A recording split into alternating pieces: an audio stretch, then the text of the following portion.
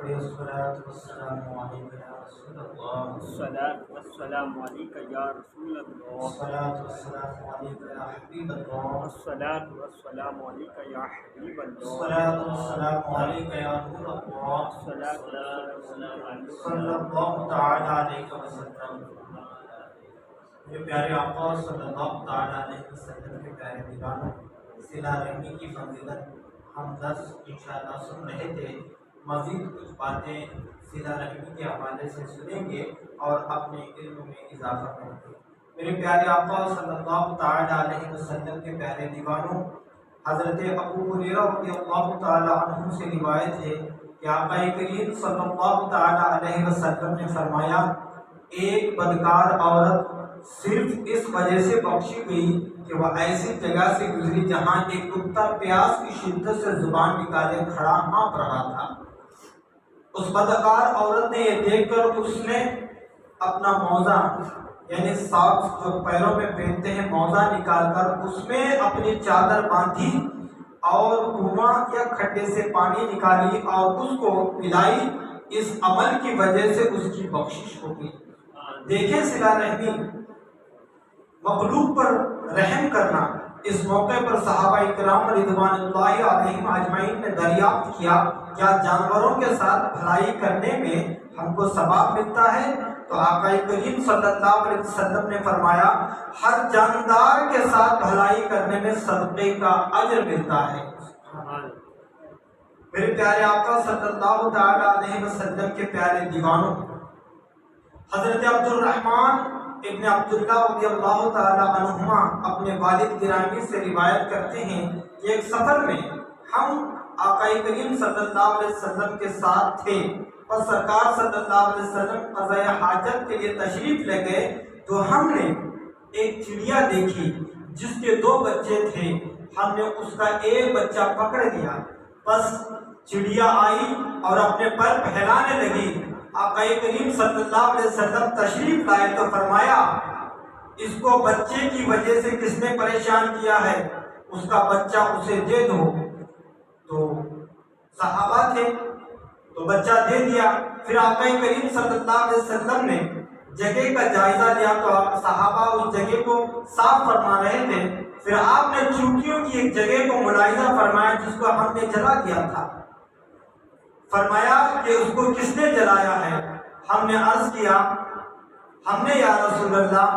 تو آقا نے فرمایا، بندوں کے لیے مناسب نہیں ہے کہ وہ کسی کو آگ کی سزا دے. اللہ اکبر. حضرت عبداللہ رضی اللہ تعالیٰ سے روایت ہے کہ آقا کریم صلی اللہ علیہ وسلم ایک منزل پر اترے. آپ کی جماعت میں سے ایک آدمی نے چڑیا کا ایک انڈا اٹھا لیا. چڑیا آئی اور آقا کریم صلی اللہ علیہ وسلم کے سر پر پھڑپھڑانے لگی.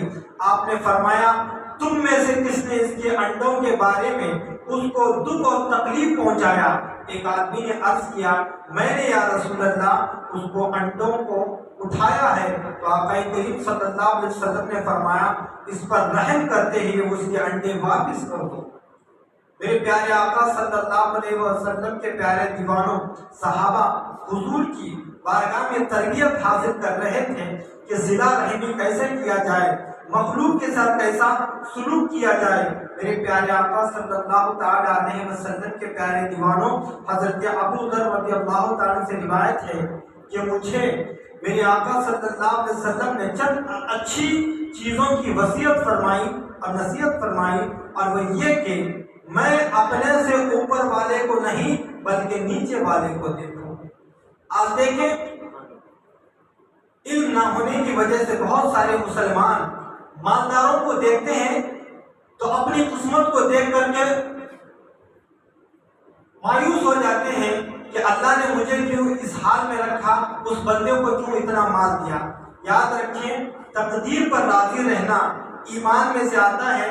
اللہ جس حال میں رکھیں شکر ادا کریں کہ ہمیں اللہ نے ایمان کی دولت عطا فرمائی. یہ دنیا چند دن کی ہے، جیسے بھی کرو گے، مالداری میں بھی گزارو گے تب بھی گزر جائے گی، غربت میں گزارو تب بھی گزر جائے گی. یاد رکھو، اللہ نے قسمت میں جو تمہیں لکھا ہے اسی پر راضی رہو. تو آقا نے یہ وصیت فرمائی، میں اپنے سے کے نیچے والے کو دیکھوں، جب تو یہ دیکھو گے تو شکر کا جذبہ پیدا ہوگا۔ نیچے والے کو دیکھوں۔ دوسری نصیحت، میں یتیموں سے محبت رکھوں، ان سے قریب رہوں۔ تیسری نصیحت، میں صلہ رحمی کروں اگر کہ رشتہ دار پیٹ پھیر جائیں۔ چوتھی نصیحت، میں اللہ تعالیٰ کے معاملے میں کسی سے نہ ڈروں، حق بات بولنے میں کسی سے نہ ڈروں۔ اور پانچویں نصیحت، سچی بات اگرچہ تلخ کڑوی ہو میں کہتا رہوں۔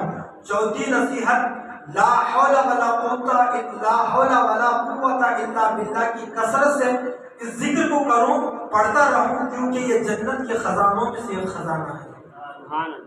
جب یہ خزانہ تمہارے پاس دنیا میں جمع ہوگا تو آخرت میں جنت میں تم ضرور پاؤ گے۔ میرے پیارے آقا صلی اللہ تعالیٰ علیہ وسلم کے پیارے دیوانوں، حضرت ابو ذر رضی اللہ تعالیٰ عنہ کو حضور صلی اللہ علیہ وسلم نے جو وصیت فرمائی، صرف انہی وصیت پر ایک مکمل کتاب لکھی جا سکتی ہے۔ وصیت میں ہر بات اتنی جامع ہے کہ اس کے فضائل پر قرآن و سنت شاہد ہیں، مگر مذکورہ وصیت پر اگر امت مسلمہ کا عمل دیکھا جائے تو اللہ ماشاءاللہ شاہد ہی کچھ لوگ اس پر عمل کرتے نظر آئیں گے۔ ہماری عادت یہ ہے کہ ہم کبھی اپنے سے غریب کو نہیں دیتے، بلکہ چھوٹوں کو، کمزوروں کو نہیں دیتے، بلکہ بڑوں کو دیتے ہیں، اور اندر ہی اندر پگھلنے لگتے ہیں، پگھلتے رہتے ہیں۔ جب آپ اپنے سے نیچے والوں کو دیکھو گے تو انشاءاللہ شکر کا جذبہ پیدا ہوگا۔ ظاہر سی بات ہے، اگر اللہ نے ہمیں سلامتی، صحت و سلامتی دی ہے، ہم غریب ہیں تو کیا ہوا، ایمان کی دولت ہے۔ ہم دیکھیں کہ بہت سارے انسانوں میں عبرت کے لیے اللہ تعالیٰ نے ایسے بھی بندے پیدا فرمائے جن کے ہاتھ نہیں، جن کی آنکھیں نہیں، جن کے پیر نہیں، جن کے گھر نہیں، وہ بیماری میں ملوث رہتے ہیں۔ ان کو دیکھو تو تمہیں عبرت ہوگی، اللہ نے ایسا تو نہیں بنایا، صحت و سلامتی بنائی۔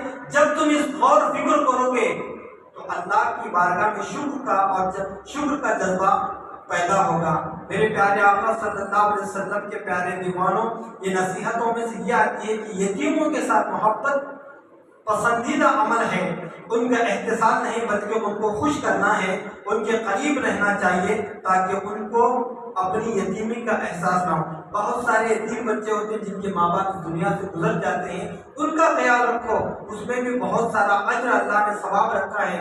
اور تیسرا، رشتہ داروں سے اچھا سلوک کرنا چاہیے، خواہ وہ ناراض رہیں، ستائیں، پریشان کریں، مگر ہم کو حسن سلوک ہی کرنا ہے، چوتھا، اللہ عز و جل نے جو فرما دیا ہے حق وہی حق ہے۔ دنیا آپ کو کچھ بھی کہے، وقت آن پڑے اللہ کی رضا اور بندوں کی رضا کا تو بے خوف ہو کر اللہ کے فرمان کا خیال کریں اور کسی سے اللہ کے معاملے میں نہ ڈریں۔ یہ وصیت اللہ کے رسول صلی اللہ علیہ وسلم نے صحابی سے فرمائی۔ سچی بات ہمیشہ تلخ لگتی ہے، کڑوی لگتی ہے، لیکن ہم کو سچی بات کہنے میں ہچکچانا نہیں چاہیے۔ کسی کو بری لگے یا اچھی لگے، حق بات کہنا ہے تو کہہ دیں، اور لا حول ولا قوت الا باللہ کی کثرت کرنی چاہیے۔ یہ جنت کے خزانوں میں سے ایک خزانہ ہے۔ اللہ رب العزت ہم سب کو مذکورہ باتوں پر عمل کرنے کی توفیق عطا فرمائے۔ میرے پیارے آقا صلی اللہ علیہ وسلم کے پیارے دیوانوں، آخری بات، حضرت حذیفہ رضی اللہ تعالیٰ سے روایت ہے کہ اللہ کے رسول صلی اللہ علیہ وسلم نے فرمایا، ان لوگوں میں سے نہ بنو جو کہتے ہیں کہ اگر لوگ ہمارے ساتھ بھلائی کریں گے تو ہم بھی بھلائی کریں گے، اور اگر وہ ہم پر زیادتی کریں گے تو ہم بھی زیادتی کریں گے، بدلہ لیں گے۔ بلکہ تم اس بات کے عادی بنو کہ اگر لوگ تمہارے ساتھ بھلائی کریں تو تم بھی بھلائی کرو، اور اگر تمہارے ساتھ زیادتی کریں تم زیادتی نہ کرو۔ حضرت عبادہ بن صامت رضی اللہ عنہ سے مروی ہے کہ آقا کریم صلی اللہ علیہ وسلم نے فرمایا، میں تمہیں وہ باتیں نہ بتلاؤں جن کے ذریعے اللہ عز و جل درجات بلند فرماتا ہے۔ صحابہ کرام رضوان اللہ علیہم اجمعین نے عرض کیا، ضرور بتلائیں یا آقا۔ تو سرکار صلی اللہ علیہ وسلم نے فرمایا، جو تم سے اعراض کرے تم اس سے درگزر کرو، اور جو تم پر ظلم کرے تم اسے معاف کرو، اور جو تم کو محروم کرے تم اسے عطا کرو، اور جو تم سے تعلقات ختم کرے تم اس سے تعلقات جوڑو، یہ تمہارے درجات بلند ہوں گے۔ سبحان اللہ۔ اگر آج ہمارے ساتھ رشتہ دار ناراض ہیں تو ہم بھی ان سے بات چھوڑ دیتے ہیں، ان کے ساتھ بات کرنے کی کوشش کرو، ان سے تعلق جوڑو کہ یہ درجات بلندی کا ذریعہ ہے۔ میرے پیارے آقا صلی اللہ علیہ وسلم کے پیارے دیوانوں، کتنا احسان ہے آقا کریم صلی اللہ علیہ وسلم کا کہ آپ نے درجات کی بلندی کا ذریعہ بھی بتا دیا، اور وہ بھی اتنا آسان کہ ہر کوئی اگر چاہے تو عمل کر سکتا ہے، بس تھوڑی سی کوشش کرنی چاہیے، پھر دیکھیں انشاءاللہ کرم ہی کرم ہوگا۔ اللہ عز و جل رحمت عالم صلی اللہ علیہ وسلم کے صدقے سے ہم سب کو مذکورہ باتوں پر عمل کرنے کا حوصلہ اور قوت عطا فرمائے۔ کہنے سننے میں مجھ سے کوئی غلطی تخصیص رہ گئی تو اللہ پاک مجھے معاف فرمائے۔ استغفر اللہ ربی من کل ذنب واتوب الیہ۔ السلام علیکم ورحمۃ اللہ وبرکاتہ۔ السلام